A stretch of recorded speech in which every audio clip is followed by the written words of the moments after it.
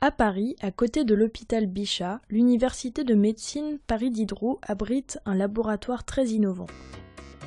Mais de quoi s'agit-il au juste ? L'idée est de traiter les maladies d'oreille interne au plan chirurgical ou au plan médical et d'aller directement sur la cible qu'est l'oreille interne et non pas de passer soit par des voies générales, soit par des voies orales habituelles.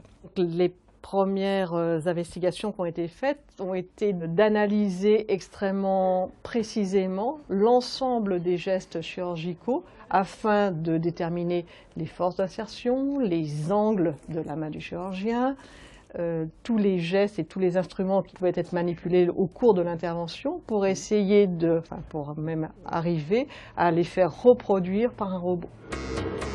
Aujourd'hui, on va mettre en place un implant cochléaire, qui est un appareil qui a pour but de réhabiliter l'audition en prenant les sons grâce à un microphone, un système qui permet de traiter le signal sonore pour en faire un signal électrique.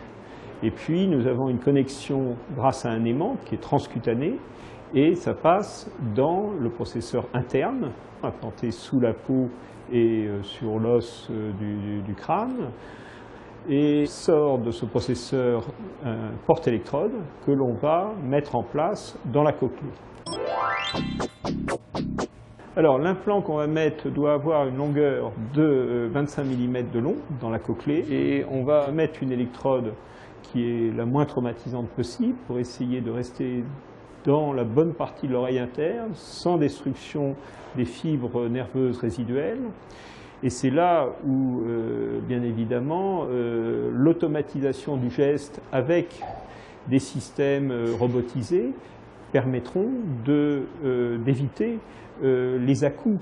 Donc là, on va préparer la zone où l'implant sera la partie interne. Bon, on va maintenant essayer de décoller tout ça. Il faudra préparer de la colle, mais il faudra 2 ml.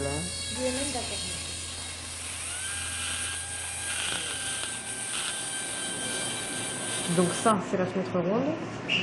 Il va donc ouvrir ici pour insérer l'électrode par ici, qui va s'enrouler dans la cochlée. La fenêtre doit être par là. Ça, on est beaucoup plus bas, donc c'est pas grave. Mais c'est sûr qu'on pourrait être plus précis.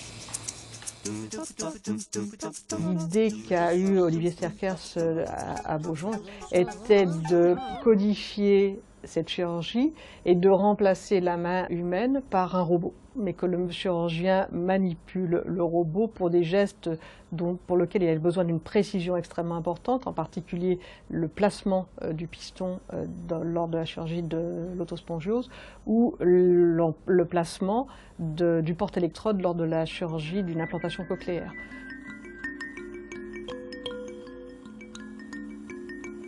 L'avantage du robot, c'est qu'il n'y a pas la main du chirurgien qui bloque la vision. Donc on pourrait tout à fait imaginer une chirurgie complètement autre, parce qu'on arrive à atteindre, grâce au robot, des espaces qu'on ne peut absolument pas atteindre avec la main. Et en particulier, il y a l'encoche qu'on fait dans le conduit auditif externe pour augmenter la voix d'abord, qui est absolument plus nécessaire avec le robot. Oui, aller poser une pièce de quelques millimètres tout au fond de l'oreille, ce n'est pas très facile. Alors l'implant, voilà. Il est en bonne position dans sa logette. On va la mettre, tiens, donne-moi une pince. Ça, c'est l'électrode. Est-ce que je suis bien sur son aileron? Voilà. Je suis pas mal dans l'axe. Et on va maintenant essayer de la pousser plus loin.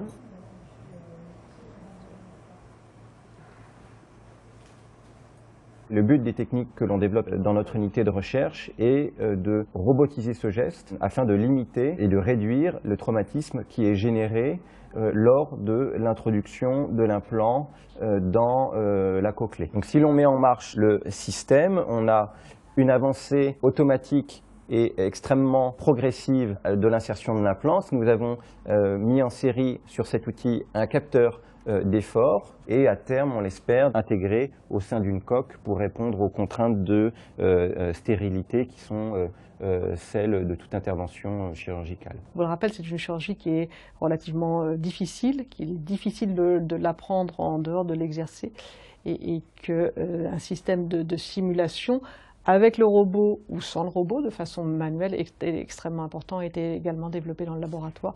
Le service propose une formation à la chirurgie sur une oreille virtuelle. Cela ne peut pas faire de mal. Personnellement, je ne prêterai pas mon oreille à n'importe qui. On essaye de faire en sorte que notre modèle colle aux données expérimentales qui ont été réalisées. Donc à partir du moment où on aura un modèle mécanique proche de la réalité, on va pouvoir passer vraiment à la simulation de la chirurgie, comme vous avez pu le voir précédemment. L'avantage est qu'il serait possible non pas d'avoir une image fixe, mais d'utiliser par exemple l'imagerie du patient qu'on va opérer demain et de mettre à l'intérieur du logiciel l'imagerie, de la télécharger dans le logiciel et de s'exercer, entre guillemets, à l'avance pour pouvoir permettre une chirurgie qui soit adaptée à l'anatomie spécifique du patient.